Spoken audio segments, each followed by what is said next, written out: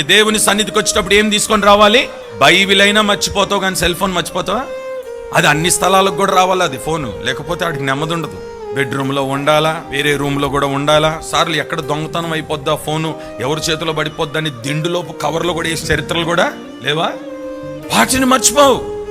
అమ్మా నీ బైబిల్ ఏది అని అంటే, ఏమంటే ఒక్క నిమిషం ఆగండి తీసుకొస్తానని చెప్పేసి లోపలికి వెళ్తుంది, ఎతుకుతుంది ఒక 10 నిమిషాలు. ఎందుకంటే ఆ బైబిల్ ఆడబెట్టింది కూడా తెలియదు ఆమెకి. ఇది ఎంత ఉంటుందో, ఒక 1/4 కిలో ఉంటుందా, అంతేనా? ఈ 250 గ్రాములు నువ్వు మోయగలిగితే నిన్ను బ్రతికినంత కాలం ఆయన మోస్తాడండి. మోసేదెంత?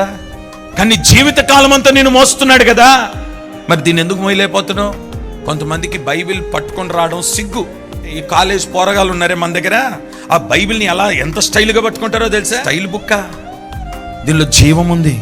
నీ రాత మారుస్తుంది ఇది, నీ చరిత్ర మారుస్తుంది ఇది. గుంటలో ఉన్న నిన్ను నిలబెట్టి సింహాసనం మీద కూర్చోబెట్టగలిగిన గ్రంథం ఇది. రాజులు సహితం ఈ గ్రంథాన్ని చూసి గడగడలాడుతారు.